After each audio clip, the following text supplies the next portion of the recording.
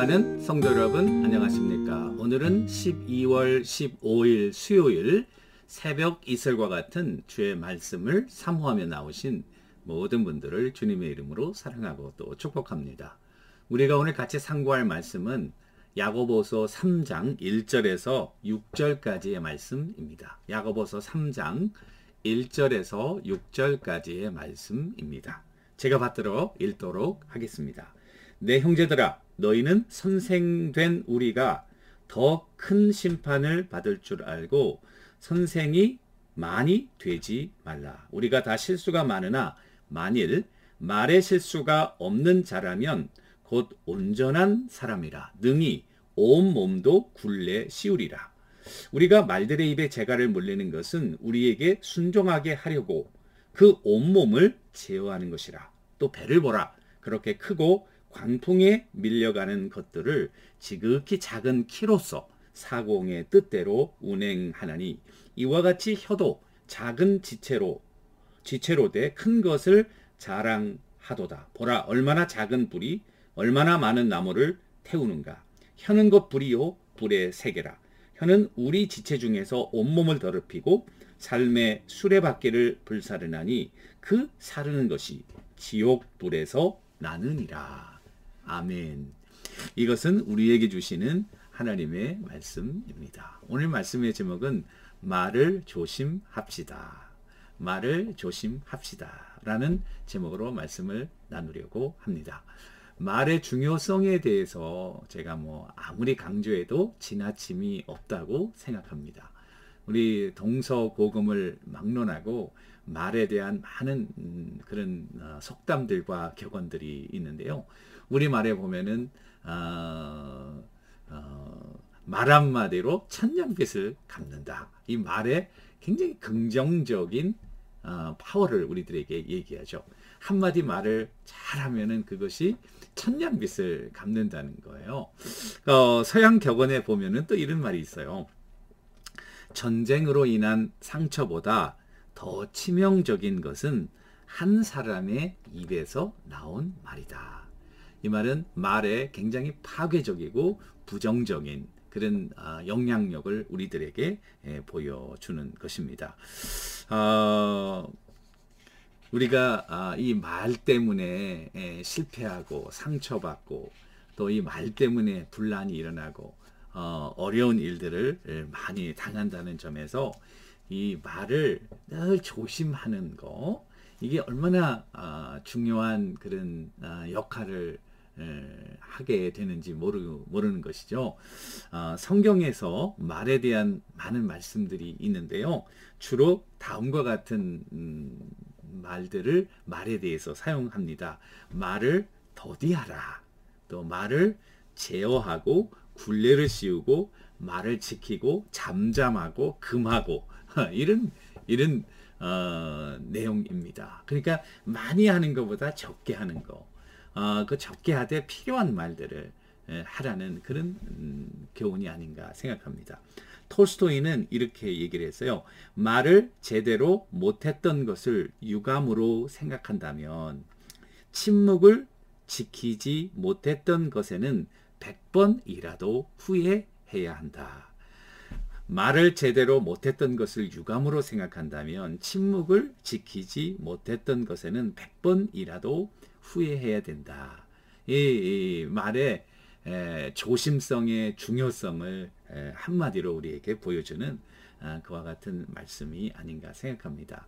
자, 말을 조심해야 되는 이유 한 몇 가지 이야기해 보려고 하는 첫 번째, 말과 인격은 분리될 수 없다는 것입니다. 여러분, 그 말은 그 사람의 인격을 드러내는 거죠. 그 사람이 어떤 사람인가 알려면은 말해보면 금방 알아요. 이 사람이 어떤 생각을 가지고 있고 어떤 성격이고 얼마나 많이 알고 있고 얼마나 또 세심하고 어떤 타입인지는 말해보면은 금방 안다고요. 그죠?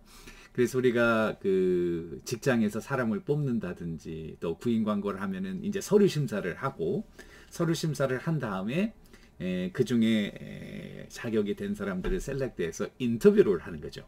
여러분 인터뷰 왜 합니까? 인터뷰하면은 서류 심사에서 나타나지 않았던 그 사람의 생각이라든지 그 사람의 배경이라든지 그 사람의 성격이라든지 work ethic이라든지 그런 것들을 금방 알 수 있다는 것이죠. 그래서 이 말은 자기의 인격을 아주 그대로 드러내는 지표가 되기 때문에 여러분들과 내가 말을 늘 조심해야 되는 거예요. 말해가지고 손해보는 일이 많다 그 말이겠죠. 자, 그러면 이 말이 자기 인격을 드러내기 때문에 말 이상으로 자기 인격이 평가될 수는 없어요. 그렇지만은 내가 가지고 있는 인격 이상으로 나를 보이기 위해서 할 수 있는 일은 뭔가 하면은 말을 하지 않는 거예요. 이 사람이 말을 안 하고 가만히 있잖아요.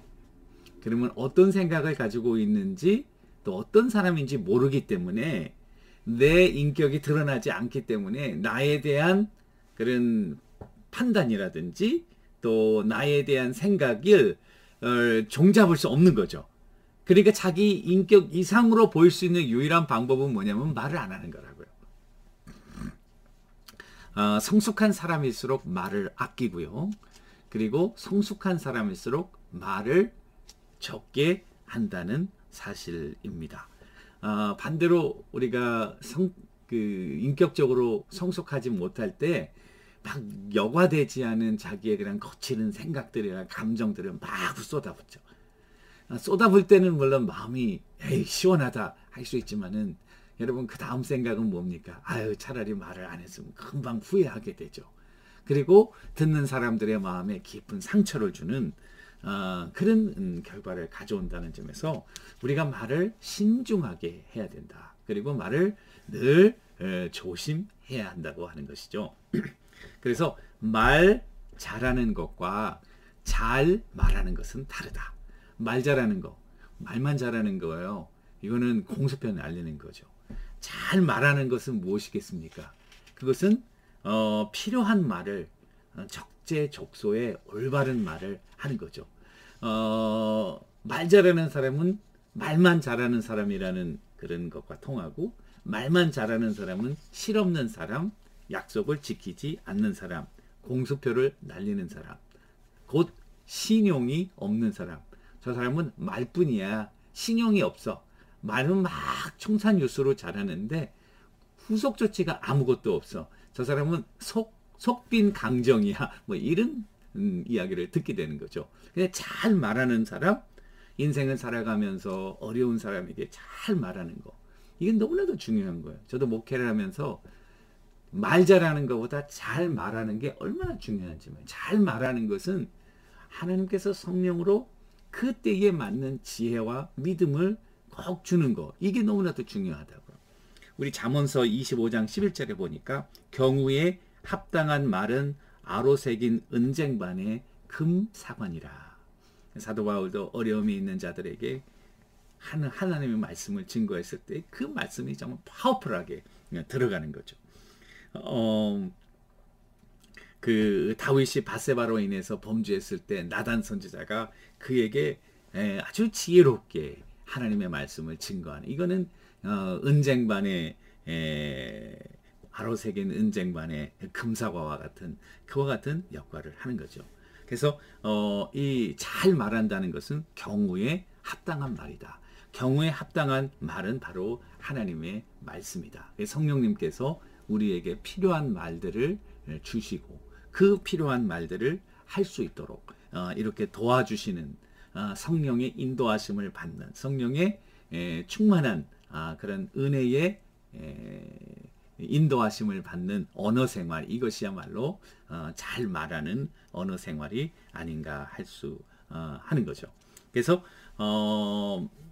또 말을 절제하는 자는 온몸을 절제할 수 있다. 오늘 성경에 보니까 온몸을 절제한다는, 모든 것을 절제한다는 것은 다른 게 아니다. 말을 절제하는 자들은 모든 것을 다 절제할 수 있다는 것입니다.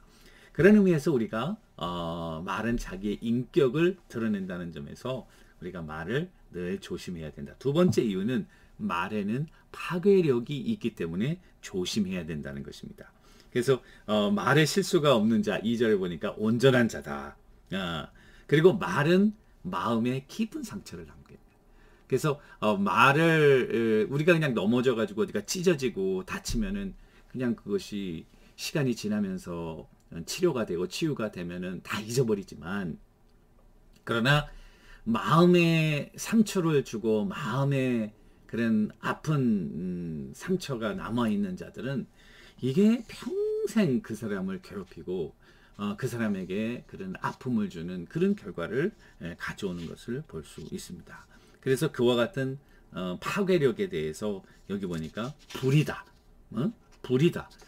하나님의 말 잘못된 불이다. 불 여러분 다 태워버리잖아요. 우리가 이때까지 쌓아왔던 모든 것들을 한꺼번에 다 태우는, 그리고 이 말에는 또 파괴력뿐만이 있을 뿐만 아니라 변화시킬 수 있는 조종 능력, 디렉션을 변화시킬 수 있는 그런 파워도 있는 거죠. 그래서 배의 키와 같은 큰 배가 어떻게 움직여갈까, 우리 인생이 어떻게 움직여갈까, 작은 키에 의해서 그것이 방향이 조절된다는 거죠. 그런 의미에서 우리의 언어 생활을 조심하는 것은 우리의 그 인생의 방향을 조정하는 그와 같은 일이 되는 거죠. 그래서 가장 가까운 사이일수록 부부 간에도 말을 늘 조심하고, 또 친구 간에, 우리 아주 가까운 친구 간에도 말을 늘 조심하고, 그리고 우리가 살고 있는 이 공동체 속에서 내가 막 하고 싶은 대로 막 말하지 말고 한 번 더 생각하고.